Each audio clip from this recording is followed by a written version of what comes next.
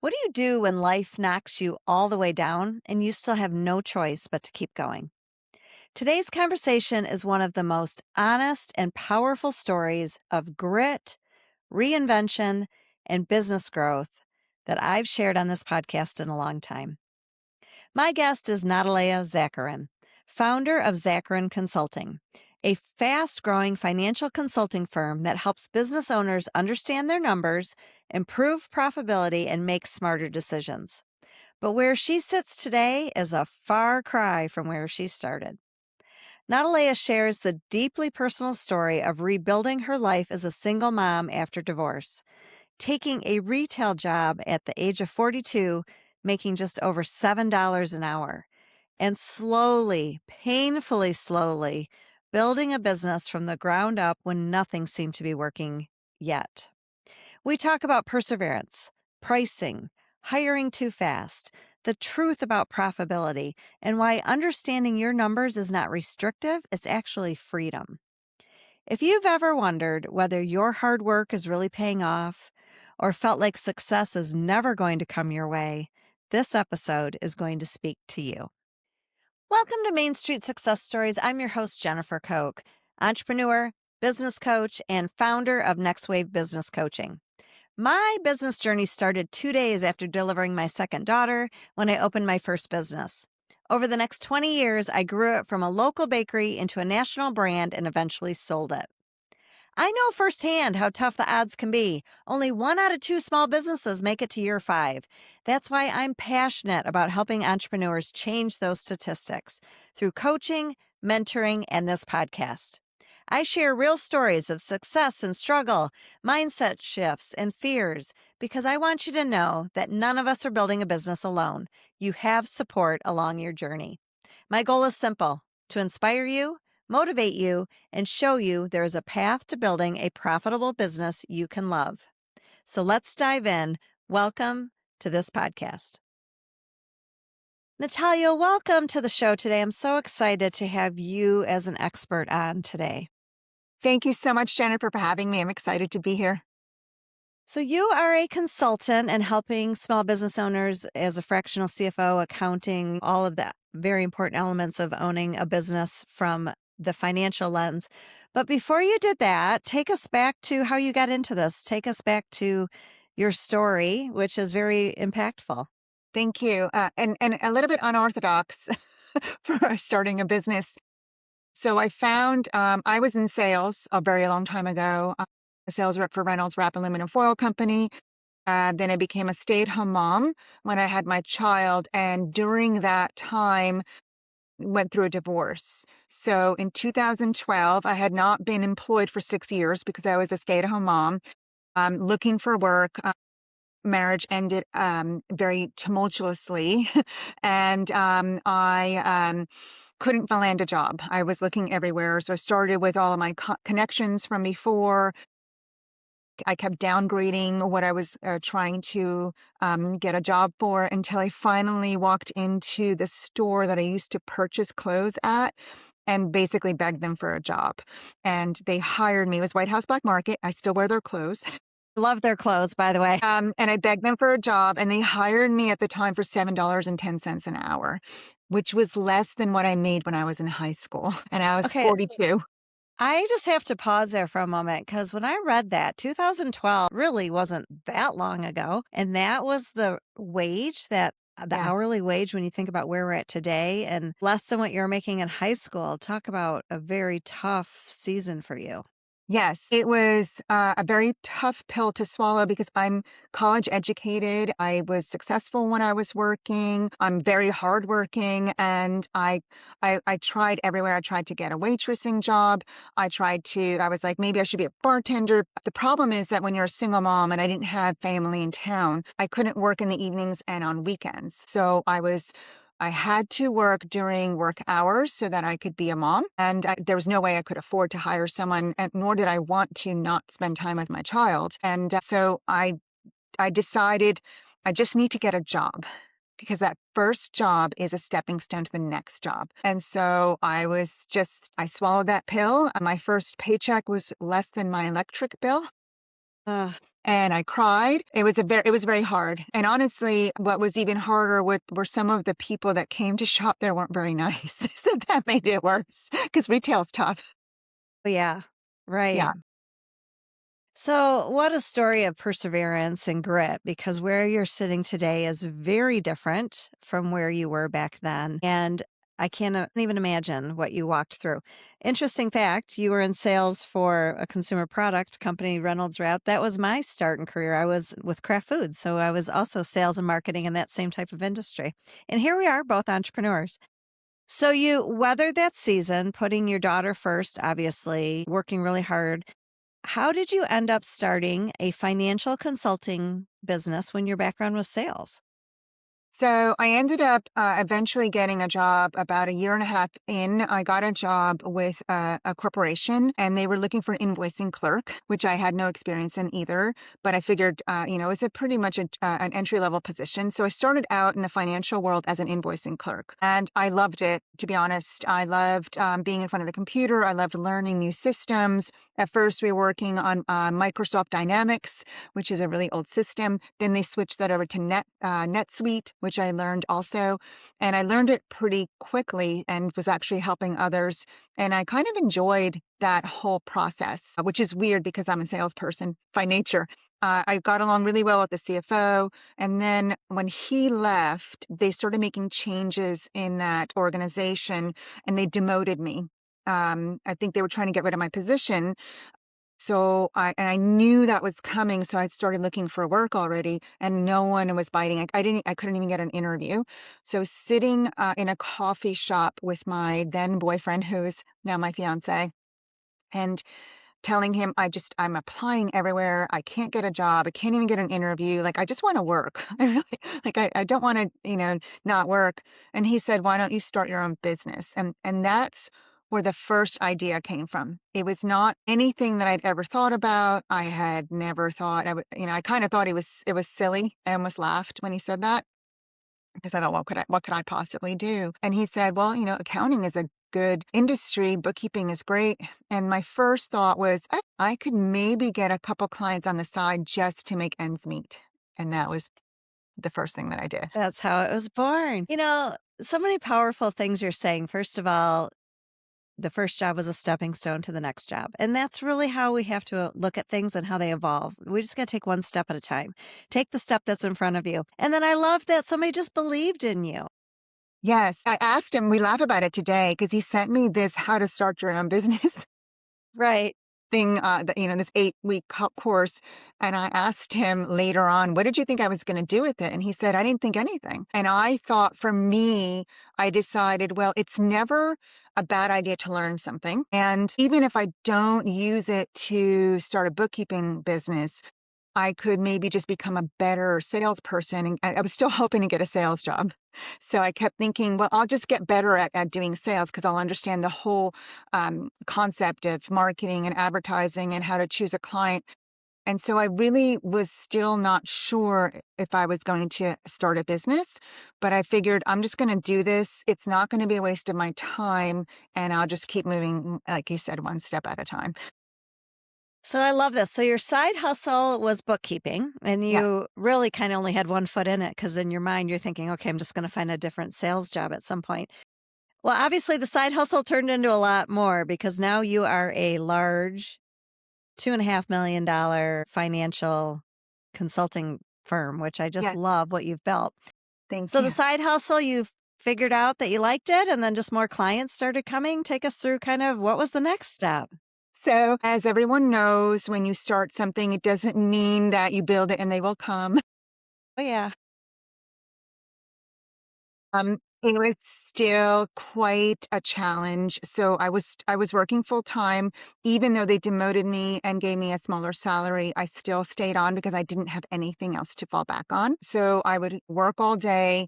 On my commute to work, I would listen to books Audible. They're not on tape anymore. I'd listen to Audible. I'd listen to things about accounting.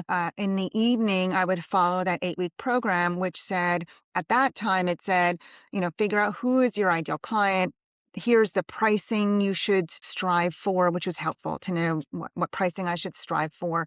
And then just, message people on LinkedIn and reach out and connect with people on LinkedIn. And that's what I did.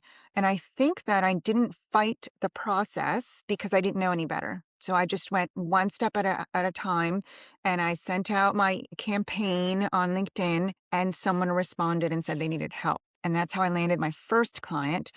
And then it took months to land another client. So even though my very first campaign, I landed my very first client in January 2019, it took me 11 months until I had about 11 clients. And they almost all of them came at the tail end of those 11 months. It was brutal. I would reach out to people. I'd talk to people. I'd get them on calls. I tried to close them. They wouldn't move forward. I had a client that I closed who didn't pay me.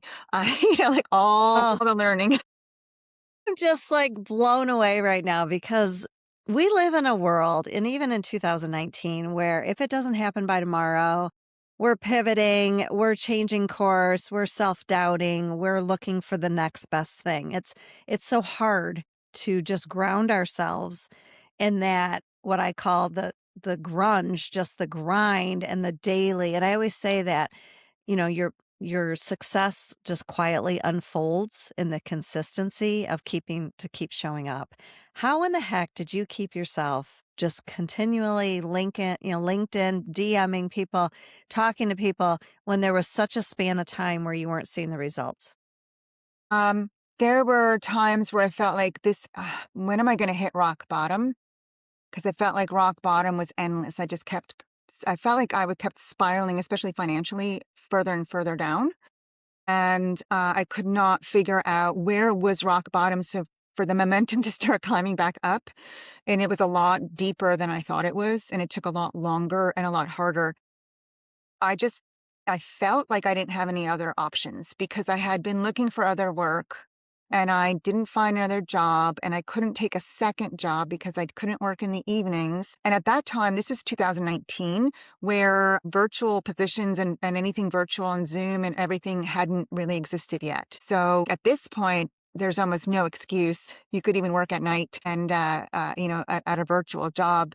But back then, it was a little bit different still. And I would I think it was at least once a week where I wanted to give up. Usually by Sure. Thursday evening, I was exhausted and I would want to give up, and I would say, I'm giving up. That's it. I'm done.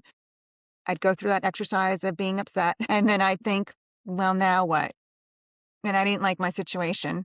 So back to the grind. I would allow myself to get upset and then I'd go back to it. So your why, like the alternative, if I didn't keep doing this, was really your motivation, and your Yes. why was a better life for you and your daughter. Yes. I was tired of struggling. Yeah. I So was tired of being a powerful. party. Wow. Well, kudos to you. Okay, so where are we sitting today? Today you're sitting with a financial firm with a team of how many people? I have 16 people. We're already tracking at 3 million. Our goal is to make 4.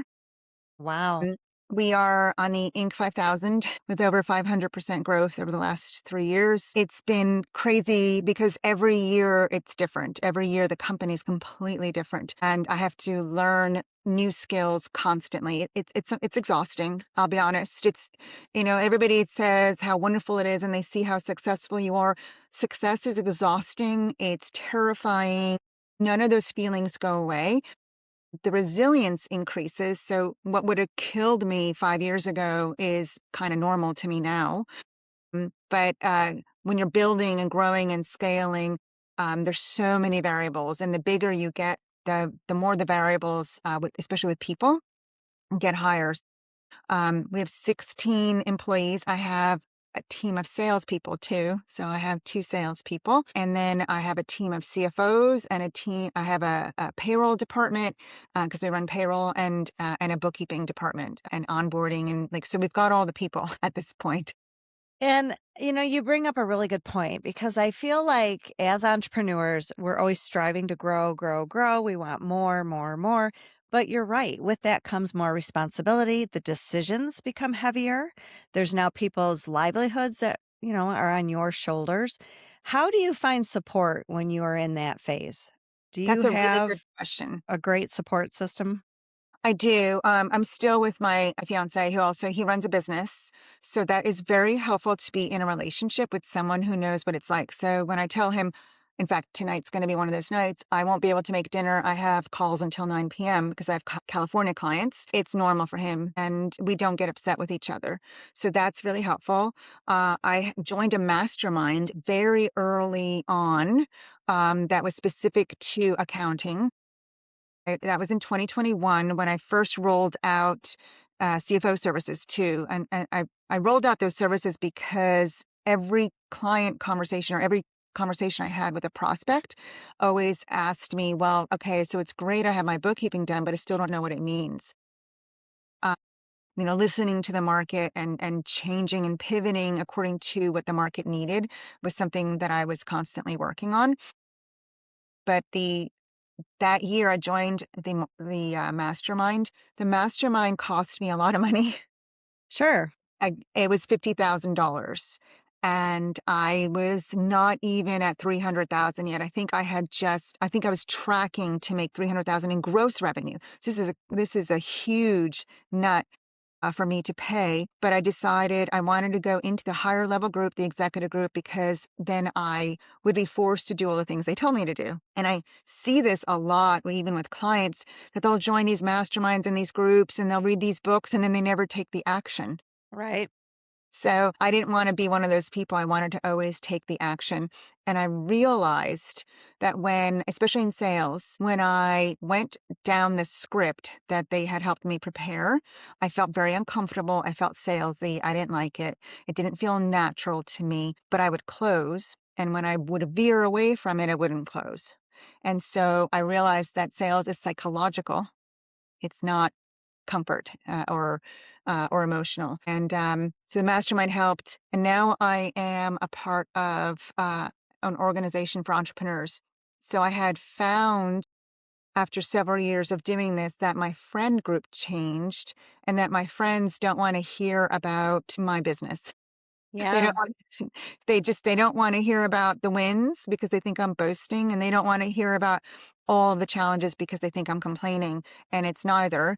It's because they're not entrepreneurs, so they Right. don't really get it. So I joined an entrepreneur group. That's so profound. And I hope I love how you bet on yourself and you invested in a mastermind and you put yourself in a room with people that were a few years ahead of you. And not only did you learn a ton from them, but then you're right. It's the accountability. We don't need more information. We can get information all over the place, but how do we take that information and apply it to our situation and also have the accountability so that we don't veer off and start chasing other things?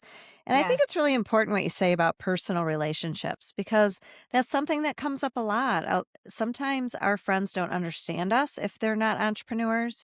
And where can we go and boast about our sales and boast about not to be, you know, annoying or to be feed our ego, but just to say, hey, I did something. I need to just celebrate this for a minute.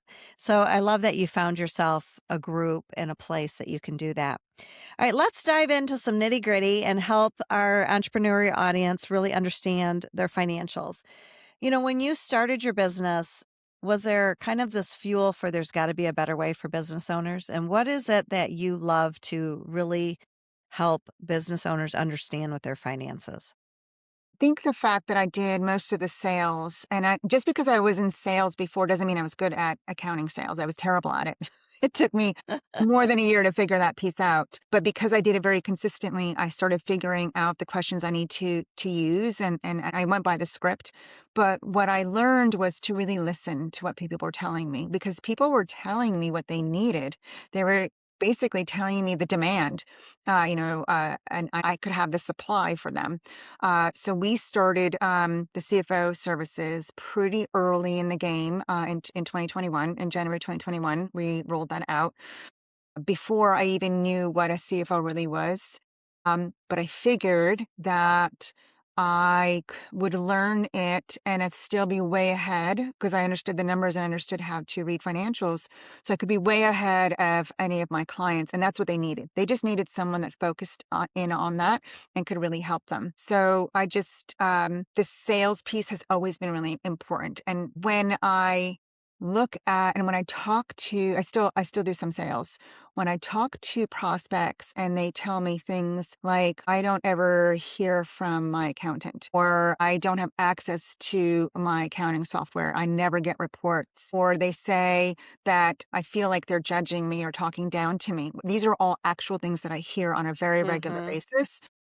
I made it a point to change that. And so I made that as almost part of our mantra of we are our client success champions. We love our clients. We support them. It's really hard to be an entrepreneur. We're going to be very communicative. Like we have an entire SOP on responding to clients. We're going to be a lot faster, easier, and more transparent. Every client has access to their books and they get their financials every single month. They hear from us all the time. And that's what was really important to me. So I took the information that I received from the industry and it was very normal in the industry. It still is. And we changed everything and did the opposite. So I took a bet on that too. Well, that really sets you apart because I see that too and hear that a lot from my clients that I work with. And the other thing that I see a lot with entrepreneurs, and it doesn't matter what year you're in or what stage you're in, is there there's this like idea that we're expected to know everything about our financials. And most entrepreneurs do not have an accounting background or even a financial background. They have a passion, they're creative. They might be creating a service or product. And so they don't want to look at their numbers. I Right. work with a lot of women entrepreneurs that are creative service based. So these are your photographers and interior designers and event planners, and they are extremely creative. And they don't want to look at their numbers because they feel like they restrict them. And then the second piece of it is they're embarrassed to say that. Yeah. So it sounds like you're removing that barrier. And what would you say to somebody who says, I don't know if I want to look at my financials because they're going to restrict me? Yes. For me, I think the knowledge is the freedom because you can make better decisions. So does it change, like if you're sick and you didn't know you were sick, does it change the fact that you're sick? No, it doesn't. So if your profit is bad and you don't have enough cash in the bank, does looking at the numbers change what's happening? It gives you the freedom and the knowledge to be able to make changes. I'm a big advocate of taking responsibility. I had a terrible marriage. And I took responsibility that maybe my marriage, like it wasn't my fault, the things that he did, but it was my responsibility that I chose to stay in that marriage and I chose for 16 years. So after I took that responsibility, I was able to make dramatic changes in my life. And so I think that we need to do that in every aspect. Numbers aren't restrictive, they're actually very creative. They're patterns and you can start seeing so much. It's the language of your business. So there's no reason to feel like it's restrictive. It's triggering because you don't know it. It's like touching a spider and being terrified of it when you realize the spider's actually a really good thing. It's so true. And you mentioned that there's patterns. What are the patterns that you see typically with newer clients that come to you when it comes to their finances? So several. One of the patterns, like when someone's starting out, is they probably don't charge enough because you're charging what you need to make as a solopreneur without thinking that, well, you besides making profit, you also need to pay taxes, and you also in the future, in the near future, if you're scaling, you're going to need to hire people. So I realized when I was about 2 years in, my second year in, I was getting overworked and I needed to hire. And that's when most people hire. When they feel like they have to hire because they have too much work, that is the wrong time to hire. The right time to hire is when you can afford it. That's a difference. And so I increased my pricing in order to be able to hire. So the first piece is you're probably not charging enough. And especially in a creative world, there's no comparison to what you do. Very, very different. Everyone is really, really different. And people buy from the value that you bring and how different you are. So I would not price according to your competition. I would price according to what you need to make in order to build the lifestyle that you want. The second thing is that I find once people do hire and they are at a stage where they're growing and they're hiring, they tend to again, as their revenue grows, their expenses grow just as dramatically, and they really shouldn't. Revenue should grow faster than your expenses, and that usually is in the form of people.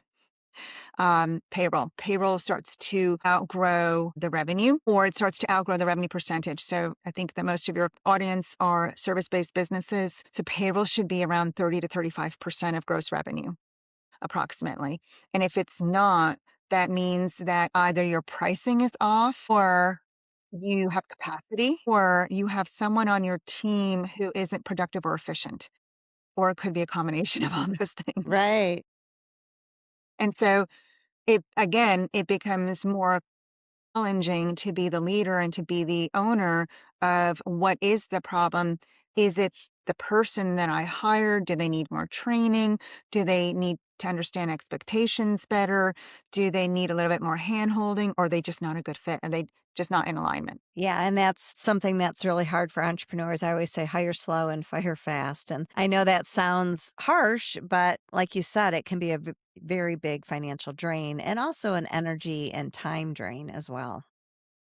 So I use a lot of little tricks on making decisions. One is I do have core values and a vision and mission statement. I used the book Teamwork by Natalie Dawson. There were a couple of chapters. I didn't really like the whole book, but those 3 chapters on writing your vision, your mission, and your core values were really helpful to me. And I wrote them like within an hour.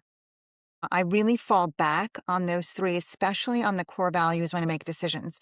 That makes it easier to make a decision when someone's not aligned with the company and they shouldn't stay.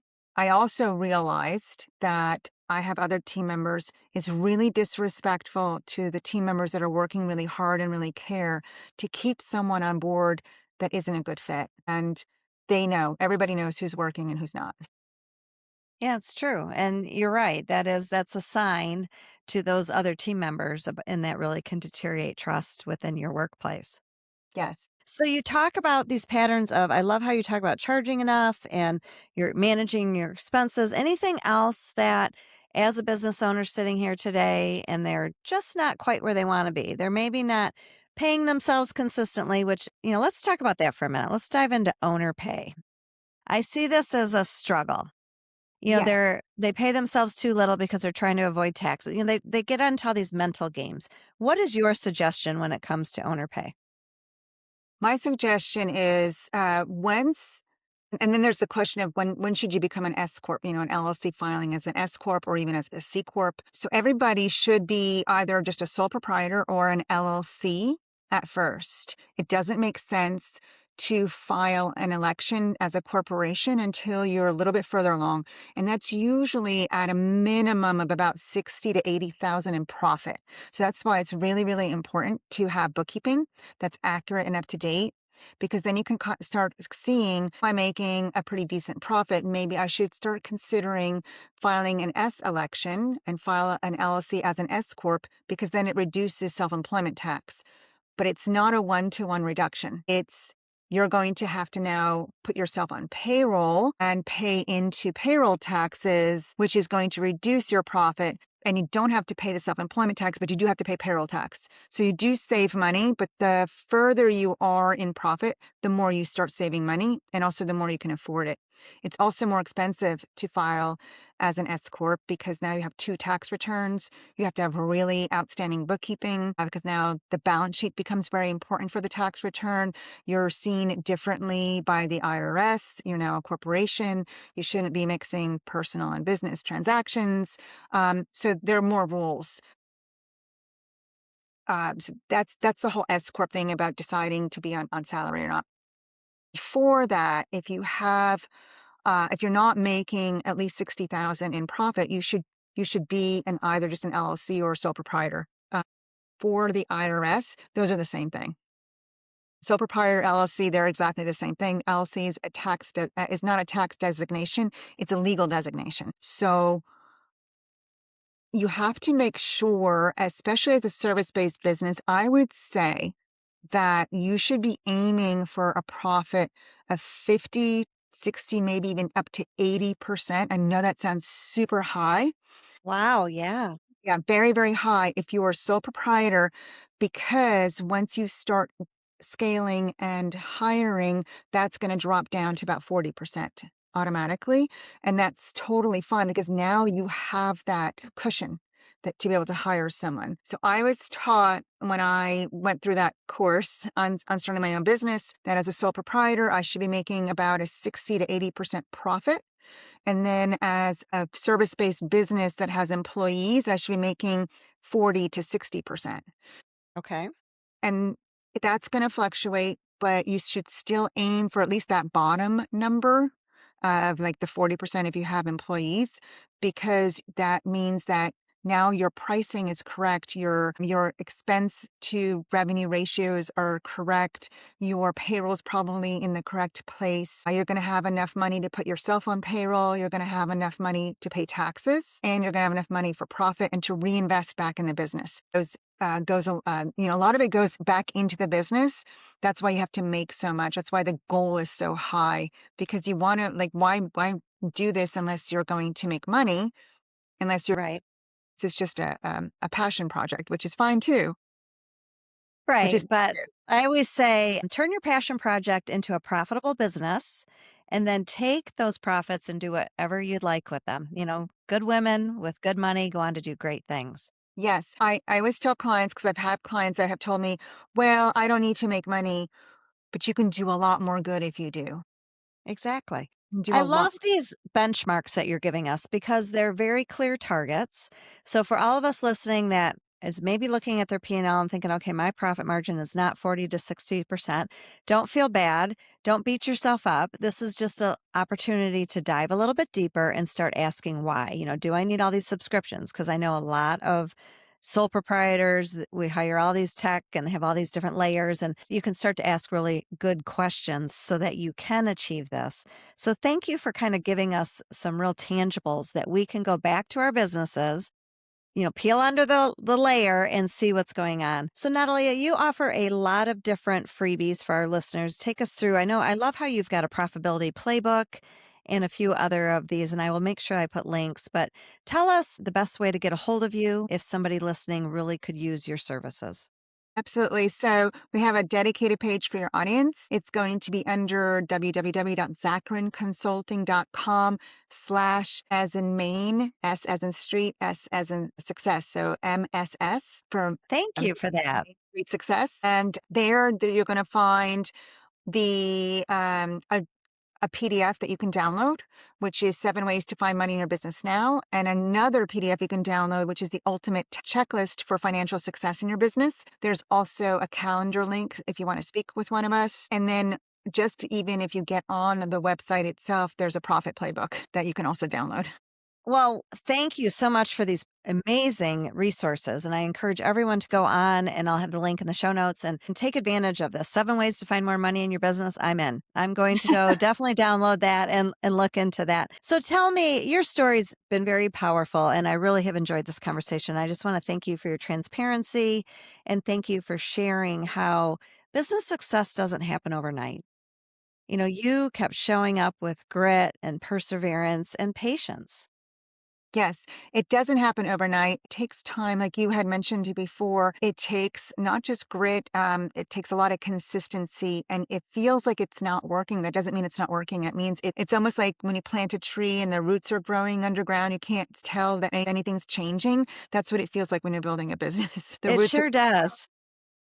But you built a business with a strong foundation. Those roots of that tree are very strong. And so that's why you've been able to sustain the fast growth and keep up with it all. So tell me, what do you do outside of this business that fuels your creativity and helps you relax a little bit? yes, I'm actually very creative. I used to be a piano teacher. I used to teach piano. I haven't played piano in a while. I would like to get back to that. I also used to sell photography Fun. as a little side gig a very long time ago as well. So I love taking pictures, especially of birds. And I'm an avid birder. I love mostly just seeing them in my yard. And I'm an avid gardener, native plants because they attract the birds. So I do a tremendous amount of reading, gardening. I have chickens. Oh, fun. So on Saturdays and Sundays, I am outside, even in the terrible weather, no matter what it looks like, I'm outside almost the whole day. Good for you. So you have found a good rhythm for you to keep up this pace of entrepreneurship. Yes, that is a really good point. I have some non-negotiables because I work a tremendous amount of time. It could be very stressful. It could be very frustrating sometimes. Money and taxes are very triggering for people. I work with entrepreneurs that are sometimes feel a little bit triggered and trying to help them out. I always feel like CFO services are a combination of mindset, therapy, strategy, and business acumen. My non-negotiables are I do exercise 3 times a week at a minimum. I don't miss getting my hair done. That's a non-negotiable. And I Same here. do not miss going outside and working in my garden or hanging out with my chickens. I love that. Good for you. Well, thank you once again for being on. I've really enjoyed this conversation and getting to know you better. Thank you so much, Jennifer. I really appreciate it. It was a lot of fun. As I wrap up this conversation with Natalia, I just keep thinking about how inspiring her journey is to all of us. And I also keep thinking about one of the biggest turning points in her story. Yes, she worked hard. She stayed consistent. She kept going when it would have been easier to quit. But one of the smartest decisions she made was realizing that she didn't want to build alone. She joined a mastermind. She invested in herself and in being in a room with people who were ahead of her, people who could challenge her, guide her, and also hold her accountable. And that decision changed the trajectory of her business. I think that's a really important reminder for all of us entrepreneurs. There comes a time when more Googling, more podcasts, more AI, and piecing it all together is not the answer. What changes is when you're in the right room, a room where you can ask better questions, get the guidance from someone who's been there, done that, get honest feedback, and hold you accountable. That's exactly why I created the Focused Growth Collective, a place for women entrepreneurs who are ready for real support, real strategy, and real momentum. Women who are done trying to figure everything out on their own and want to grow with the kind of accountability, perspective, and trusted guidance that actually moves the needle. So, if her story resonated with you, maybe this is your reminder that the next level of your business may not come from working harder. It may come from getting in the right room. Thank you so much for listening. And if you could do me a favor, please share this episode with another entrepreneur out there who is ready for success and wondering why it's taking so long. Until then, keep going, keep building, and we'll see you next time.